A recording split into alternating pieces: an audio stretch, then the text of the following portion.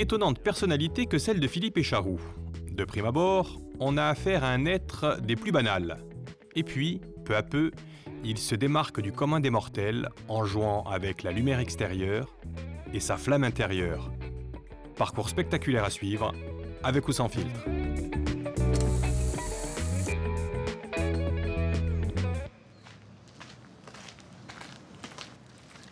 Allez, bienvenue dans votre vie, Philippe.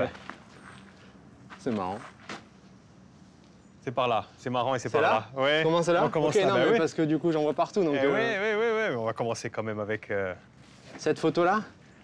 avec le début, ouais. Eh ben ça, donc la personne qui est là, c'est ma grand-mère.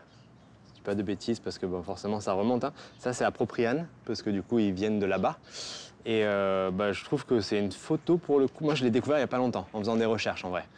Mais je trouve qu'elle respire un peu une forme de tradition corse dans leur tenue. Enfin, c'est mon regard actuel, hein. Enfin, c'est le premier truc que ça m'inspire. Parce que moi, ma grand-mère, je l'ai connue âgée. Et là, elle est... Je sais pas quel âge elle a sur la photo, peut-être, je sais pas, je saurais pas dire en fait. Mais ouais, elle respire une tradition que moi, j'ai pas forcément vue chez elle quand je l'ai côtoyée en tant que grand-mère. Ouais, parce qu'effectivement, vous ne l'avez pas connue encore, cette grand-mère, Non. parce qu'ils sont partis rapidement de Propriano, hein. Ouais, exactement. Ils sont partis, je n'ai plus les âges en tête parce que pour moi c'est un peu abstrait, mais ils sont partis sûrement plus jeunes que ce que je suis aujourd'hui. J'ai 40 ans en gros, donc ils sont partis bien plus jeunes que ça. Donc moi je les ai toujours connus à Marseille comme des grands-parents qui me parlaient de la Corse, mais ouais, ils sont partis assez jeunes, ouais. Pourquoi ils partent de... Pour le travail, je pense. Le travail, ouais. Ouais. Ouais, je pense tout simplement pour trouver du boulot. Alors, avant de partir de Propriano, elle se marie avec lui, qu'on voit avec...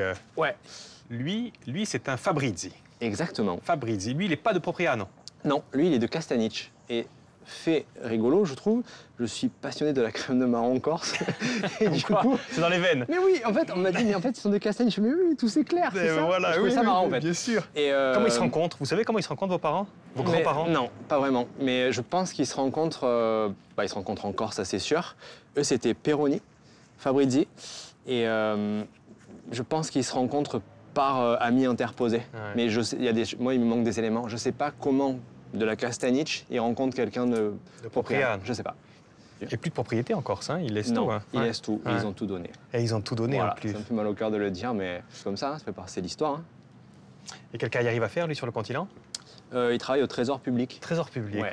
Et ma grand-mère, elle n'a jamais beaucoup travaillé parce qu'elle avait pas mal de problèmes de vue et de... Enfin, ça a toujours été quelqu'un à la santé fragile, même si elle est morte quand même à 95 ans en se bourrant de pain au lait. Enfin, voilà. Mais bon, le fait est que on m'a raconté que quand ils ont vécu à Tunis, ils ne sont pas restés longtemps et elle était sous la table parce que la lumière l'a gênée à bloc. Et moi, j'ai toujours connu quelqu'un avec des grosses lunettes, enfin assez... qui a l'air fragile en tout cas. Et du coup, elle n'a pas beaucoup travaillé, je crois. Et pas beaucoup bougé non plus. Elle restait chez elle. Ouais, exactement. Cantonnée chez elle. C'était pas la voyageuse, votre grand-mère. En fait, franchement, moi, je l'ai connue. Elle sortait, elle faisait les courses en bas de leur petit appartement, chez le boucher, le truc, et voilà, c'est tout. Ça, c'est le côté maternel. Et on va retrouver leur fille. Exactement. Hein? Ça, c'est ma maman. Oui. Paul. C'est Paul, exactement. Paul Patrizi. Ouais, exactement. Voilà, ça, c'est ma maman et moi, apparemment. Quand je suis né, elle était institutrice. C'était des passionnés de leur boulot, mes parents. Donc voilà, moi je me... Institutrice spécialisée. Spécialisée, exactement. Spécialisée, ouais. C'est pas la simple institutrice. Mais moi j'ai découvert ma mère comme ça, en fait. Enfin, déjà comme une maman. Et après, professionnellement, l'image que j'avais de ma mère, c'était l'institutrice un peu terreur, d'ailleurs. Un peu terreur? Oui, parce que mes parents, on les voit aujourd'hui, ils sont hyper doux. Ils sont gaga des animaux, ils sont tout gentils. Mais à l'époque où moi j'étais enfant, avec des enfants difficiles, puis c'était des enfants soit en situation de handicap, soit avec problèmes sociaux, c'était deux terreurs. C'est assez marrant. Si on voit on dirait deux personnes différentes. En plus, ils sont pas très grands, je crois. Ah non, du tout. Attention. Oui, mais ma mère, c'était une terreur, vraiment. Et pourtant, là aujourd'hui, c'est tout sauf une terreur. Et Paul, quand elle est en fac, elle fait la rencontre. Hein, on fait un petit retour en arrière, mais c'est lui qu'elle rencontre. Exactement. Yves Écharoux. Du Marseillais, lui. Alors, il est né à Marseille, oui, exactement. Ouais. Eux, ils sont plutôt d'origine dijonnaise, du côté de ses parents. Et du coup, ils se rencontrent à la fac de lettres à Aix-en-Provence. Et alors, je ne connais pas le cursus des instituts à l'époque, mais c'était l'école normale, je crois que ça s'appelait. Ouais. Et je crois qu'il y avait des postes plutôt dans l'éducation spécialisée. Et du coup, ils se sont dirigés vers là, un peu par défaut, puis c'est devenu leur vie. Mais c'était pas forcément calculé au départ. J'adore ce genre de truc. Ouais. Ils ont les mêmes passions tous les deux, vos parents, quoi. Tennis de table, les Ouais. enfants en difficulté. Le caractère, c'est le même ou pas? Ouais, terreur. Aussi. Terreur aussi. Très doux comme parent. Ah ouais. Mais mon père s'est énormément battu dans le monde de l'éducation spécialisée. Il a tenu jusqu'à sa retraite une école qui voulait être potentiellement rachetée. Enfin, il y a des gros combats, en tout cas, pour défendre les personnes en situation de handicap. Et ils ont été habitués à gérer depuis toujours des gens très difficiles. Et ça m'est arrivé d'en recroiser avec eux. Je me rappelle d'une fois, on avait été au cinéma, et le videur du cinéma, c'était un ancien élève à eux, qui était ravi de les revoir, les larmes aux yeux, de leur dire « mais grâce à vous, j'en suis sorti, en fait ». Donc ça, c'est chouette. Enfin, je me dis, j'ai des parents qui ont fait des choses, en fait. Ah ouais. Tu as servi à quelque chose. Quand on Exactement. sert à quelque chose dans la vie. Et vous arrivez, vous, dans l'histoire, bien sûr. Alors, j'ai 3 photos qui sont un petit peu côte à côte, qui sont sur la même thématique. Ben, on va commencer avec celle-là. Vous venez souvent en Corse quand vous êtes enfant? Ouais, on vient, Ouais. je crois qu'on vient tous les étés. Ouais. Et peut-être, moi j'ai le souvenir en tout cas, pas forcément de ce jour-là, avec un magnifique slip à Bonifacio totalement assumé, que je ne ferai pas aujourd'hui. Mais du coup, oui, on vient tous les étés. Et vous venez où quand vous venez? Alors je crois... Parce qu'il n'y a plus de maison de famille, il n'y a plus Non, rien. non, en fait on vient à l'hospédale parce Ah. qu'ils ont un ami qui leur loue une maison. Grossièrement, hein. Enfin, et du coup c'est une maison, on passe peut-être un mois l'été. Donc on rayonne dans le sud Corse. Eh ben, on va rayonner par là. Allez-y, venez de l'autre côté de l'arbre. Vous venez avec moi, ouais. Ouais, de ce que je me souviens, hein, on rayonne dans le sud Corse. Voilà, le lac de l'Hospédale, hein, qui Ouais, n'a exactement. pas tant changé. Hein. Exactement. Voilà, Santa Giul, quoi. Enfin pareil. Hein, Ouais, c'est les plages que vous fréquentez. Et c'est marrant parce que parmi ces plages que vous fréquentez petit, il va y avoir, vous allez aussi aller à Pinarello. Ouais, exactement. Hein, et Pinarello, qui est le lieu aujourd'hui. Ouais, où je passe tous mes étés. Ouais. Et c'est marrant de m'y être retrouvé moi après par hasard de la vie et de passer tout mon temps là-bas, quoi. Enfin, c'est vraiment un lieu de Corse où je me sens assez, franchement, chez moi, quoi. Eh ben, on va voir justement avec votre vie qu'il n'y a pas tant de hasard que ça dans la vie. Et c'est par là que ça se passe. Allez, venez avec moi, Philippe.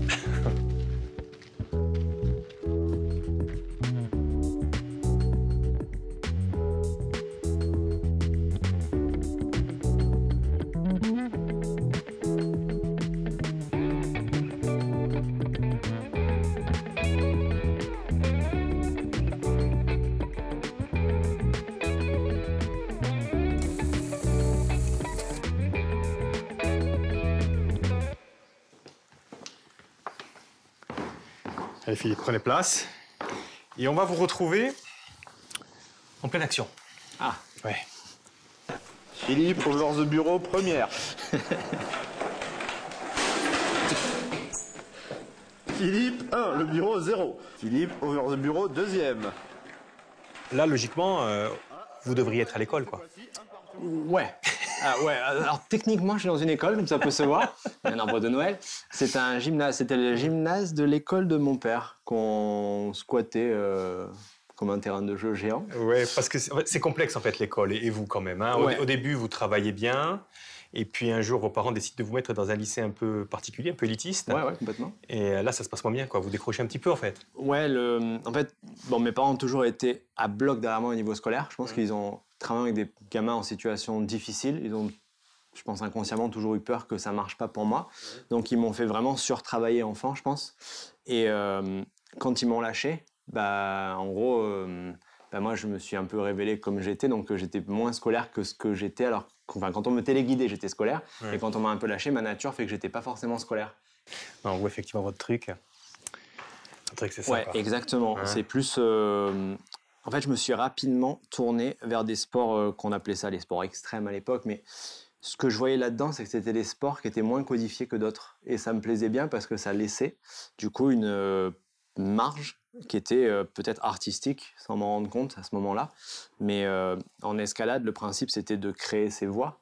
J'ai débuté l'escalade en salle, donc on vissait des prises sur le mur. Hein, et rapidement, ça m'a autant plu de visser des prises sur un mur que de grimper.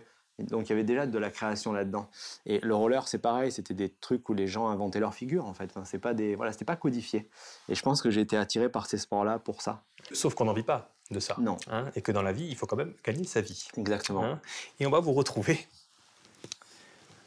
Ouais, C'est là que je dis exactement. qu'il n'y a pas de hasard. C'est quand même, qu'est-ce que là, vous... C'est quoi, là? Du coup, cette photo, elle est marrante parce que le t-shirt que j'ai sur cette photo, c'était mon sponsor de kite à l'époque. Donc, j'ai essayé de faire des choses dans mon sport, mais je me disais aussi, il est peut-être temps de trouver un vrai métier. Et j'avais quand même vécu pas mal de choses par ces sports-là. Et je me disais, ça serait chouette de faire, pourquoi pas, éducateur spécialisé pour transmettre à des gamins ou à des personnes qui n'ont pas eu la chance de vivre ce que j'ai vécu, un peu mon expérience. Exactement. Et ce besoin de partage, il passe aussi par là, peut-être. Exactement. Ça, c'est... je pense que les 2 photos qu'il y a à gauche, elles sont hyper marquantes pour moi, parce que là, je m'étais donc lancé dans la photo, pas professionnelle. J'avais commencé ma formation d'éducateur spécialisé, et il se trouve que j'avais un stage dans un foyer de vie, donc c'est des endroits où les adultes déficients ou atteints de différents handicaps, en situation de handicap, vivent en fait. Hein. Et du coup, c'est la première expo officielle que j'ai fait, parce que au-delà de mon apprentissage, je prenais mon appareil photo et j'avais fait des portraits, mais c'était pour le fun. Enfin, c'était pas dans ma mission d'éduc. Et il se trouve qu'on avait fait une exposition dans la structure de ces photos qu'on avait fait avec les adultes. Et là, c'est la première fois que je me rendais compte de l'impact que peut avoir un portrait sur des gens. Parce qu'en fait, ils étaient hyper contents de se voir. Ils étaient valorisés par l'exposition aux yeux des autres résidents de la structure. C'était une grosse structure. Et je me suis dit, ah ouais, le portrait, c'est... Enfin, j'ai senti la partie artistique au-delà de la partie technique que j'étais en train d'apprendre. J'étais en plein apprentissage. Qu'est-ce qui vous a pris de prendre un appareil photo, ce genre-là? Parce qu'on En ne fait, prend pas un appareil photo non plus. je pense que je l'avais un peu toujours avec moi parce que j'apprenais la photo et je trouvais ça chouette de partager ça avec des gens parce que souvent, quand on est éducateur, moi j'ai fait mon apprentissage en maison d'enfants, donc c'est les enfants placés, et les enfants sont habitués à avoir des tonnes d'éducs depuis qu'ils sont petits en fait. Et je pense qu'ils sont contents de voir un peu un truc personnel chez les éducs qui s'occupent d'eux. Et du coup, j'apprenais la photo avec eux parce que je leur disais, voilà, j'ai un appareil photo. Eux, ils n'avaient pas forcément accès à ça non plus. Donc, on bidouillait ensemble. Et quand j'ai fait mon stage, pareil, en fait. Je le prenais de temps en temps avec moi. Ça amenait un peu de toi, en fait. Tu vois, il y a un petit côté... Et à côté, c'est toujours... c'est juste un petit peu après, je crois. Ça, c'est quoi? C'était des photos que En fait, j'ai beaucoup grandi et ça m'a énormément aidé dans une salle d'escalade qui s'appelait Grimper. Et du coup, j'ai utilisé plein de potes de la salle d'escalade comme cobayes. Et ce monsieur, c'est un grimpeur assez historique, qui s'appelle Nat Merlin, Gérard. Et du coup, il m'a servi de cobaye 1 milliard de fois parce qu'il a une gueule incroyable. Et puis lui était passionné de photo aussi. Donc, mais avec aucune autre ambition que quoi d'ailleurs? Expérimentation. Ouais. Là, j'avais pas encore découvert la photo au flash. C'était balbutiement du portrait. Et là, le flash était un peu rentré en jeu. Ça se voit sur les rendus photos. Hein. Mais non, l'idée, c'était je m'amusais à faire des photos. Hein. Ouais, sans d'autre ambition que ça. Ouais. Et ça, ces photos-là, par contre, il y a un de vos amis qui les voit et qui dit « Il y a le potentiel là, Philippe.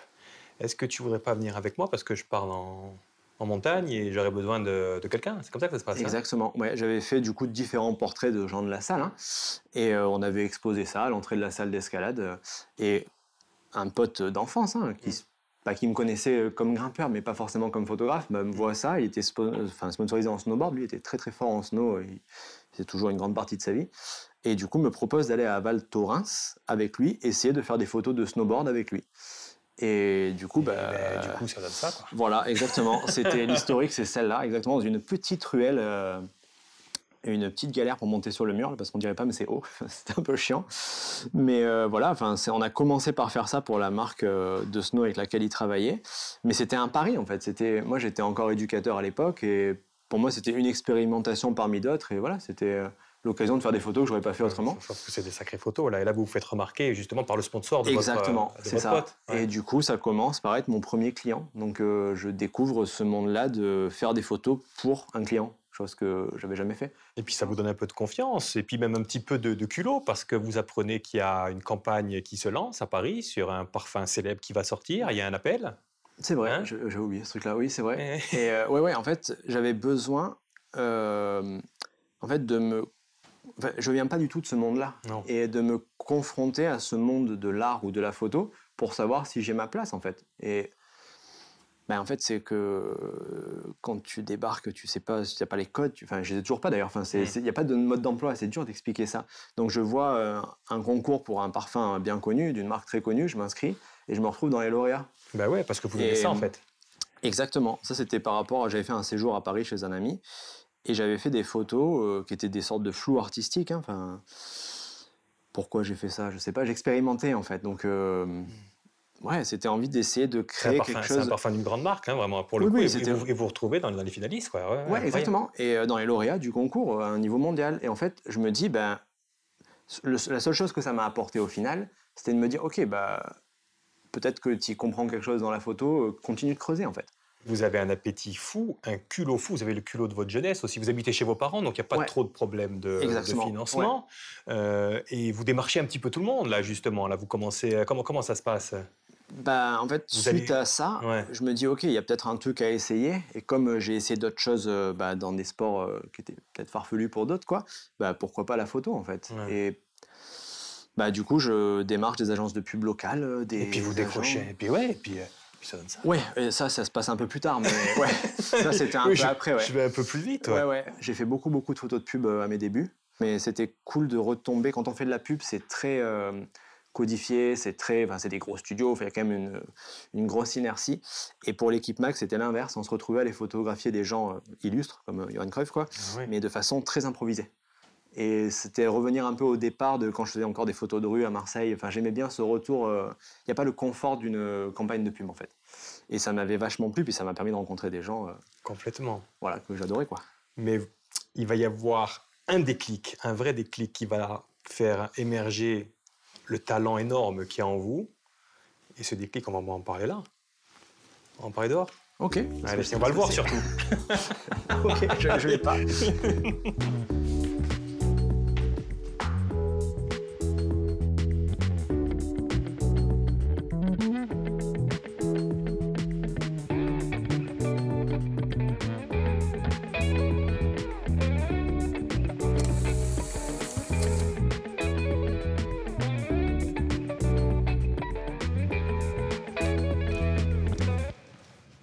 Allez, soyez attentifs. Parce qu'un déclic, ça passe qu'une fois. J'ai hâte de voir. Et c'est celui-là, le déclic, là. Ah oui, c'est celui-là, ouais, exactement. Oui. Ouais, Banksy. J'y connaissais rien du tout à l'art urbain. On appelle ça street art. Hein. Et du coup, je tombe chez une amie sur le livre de Banksy. Et je me dis, mais ça, c'est intéressant parce que j'y connais rien en art et ça me parle. Parce que c'est des messages très simples.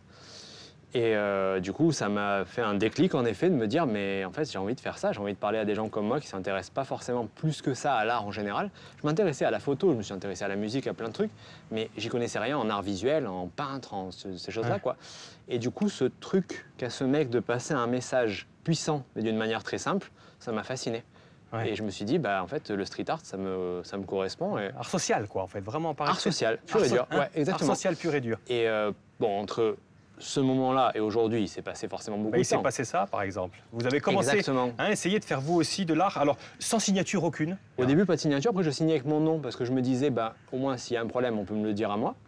J'ai essayé de faire l'inverse de ce qui se faisait pour proposer un truc à côté, modestement, bien sûr, hein, et pas me calquer à ce qui existait déjà, en fait. Donc, j'ai commencé avec des photos. Vous tâtonnez, là. Vous tâtonnez. Ah, je nage complètement. Il faut essayer. Et puis, il va y avoir effectivement... Ben ça. Ouais, en fait, l'idée de...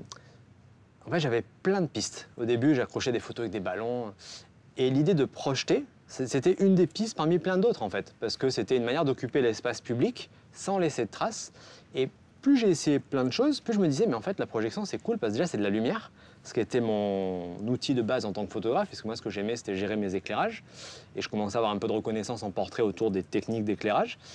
Et je me suis dit, ok, la projection, ça fait sens, et ça a rapidement du coup pris le pas sur le reste. Et c'était un entonnoir, en fait, j'étais en train de construire ce truc-là. Et j'ai décidé de faire un projet qu'on avait appelé à l'époque Painting with Lights, qui était nul marketingement. L'idée, c'était de peindre avec de la lumière, comme font les graffeurs, mais voilà, avec de la lumière, donc qui ne laisse pas de traces quand j'éteignais mon projecteur. Et en fait, j'ai lancé mon projet en remettant Zidane sur son mur de la corniche. C'était en 2014. Vous êtes allé le photographier à Madrid, à l'époque. Ouais. Et en fait, ce qui m'a le plus marqué, au-delà qu'un mec comme ça m'accorde un peu de temps, c'est que j'ai senti que j'avais face à moi quelqu'un qui n'était pas forcément non plus ultra féru d'art, mais que le projet lui avait parlé. Je me suis dit, mais en fait, c'est exactement ce public-là. Ouais, voilà, c'était cool. Ce mec-là, qui est suroccupé, qui est une énorme célébrité, ça lui a assez parlé. Alors, ça parlait de lui-même aussi, mais pour qu'il accepte de m'accorder un peu de temps. Donc on a été le photographier à Madrid et on a fini par le projeter. Résonance nationale, voire mondiale, ça c'est un coup, c'est un super coup ça, effectivement. Ouais, il y avait Zidane au milieu, donc forcément ça aide quoi. Et là, vous autorisez un petit peu toutes les audaces. Alors, il y a cette photo. Alors c'est pas tellement pour ce qu'elle représente, parce qu'effectivement c'est vous qui projetez ça. Les véritables étoiles, elles sont dans le ciel, elles sont pas dessous. c'est très bien fait, mais c'est surtout la personne que vous rencontrez à ce moment-là au Festival de Cannes. Ouais, exactement. Hein? L'idée, ça c'était une démarche qui était vraiment street art en effet. Ouais. C'était d'aller mettre des petites piques. Et du coup, il se trouve que je rencontre une dame au Festival de Cannes que j'ai appelée plus tard ma mère professionnelle. Ça fait partie des multiples rencontres de Souza. De Souza Pinto. Exactement. Ouais. Et elle vous envoie à l'autre bout du monde en fait, pour dire fais ce que tu sais faire et on vous retrouve là-bas. Exactement. Eh ouais, c'est vieux ça. Si on m'avait dit que je serais le premier à aller faire du street art au fin fond de l'Amazonie, j'y aurais pas cru. 1, 2, 3. Wow, asyik habis tolong ah. Asyik, bagage kan.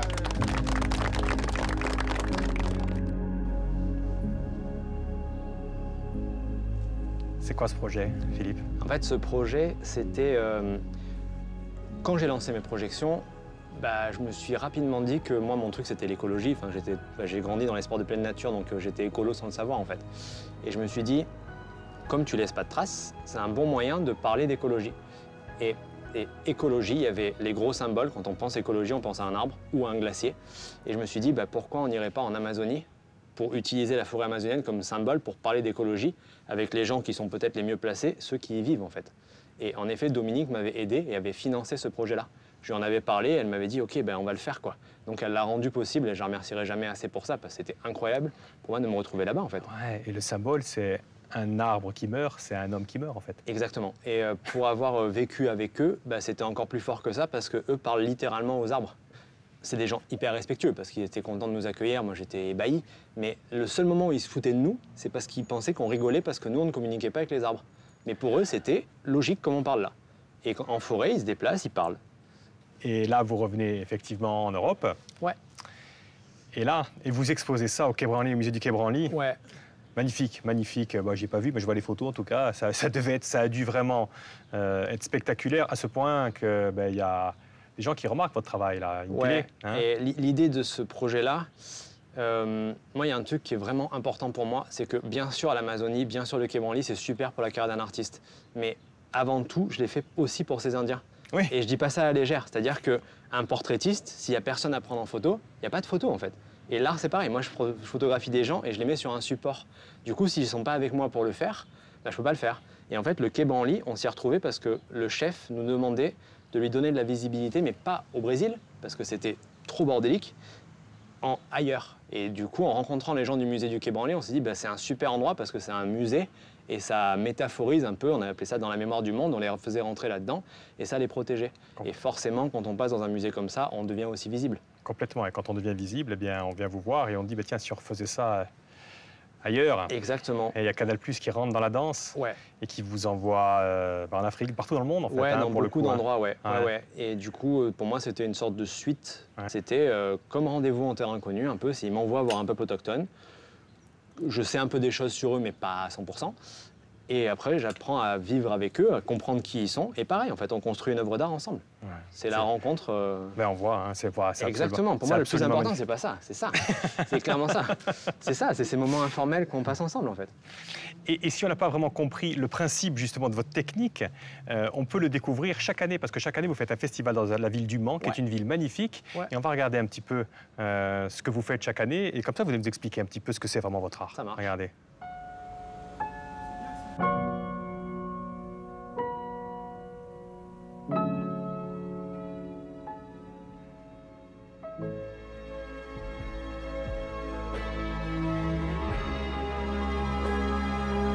On a du mal à se reconnaître au début, ça fait drôle, ça fait plaisir, c'est marrant. Tout à l'heure, en arrivant, je croyais que c'était pas maman, mais si après, on voyait mieux. Je trouve que c'est très précis, les dents, les yeux, c'est vraiment impressionnant le travail qui a été fait. L'idée, c'est de mélanger les habitants d'un lieu ou les pensées d'un lieu avec son environnement.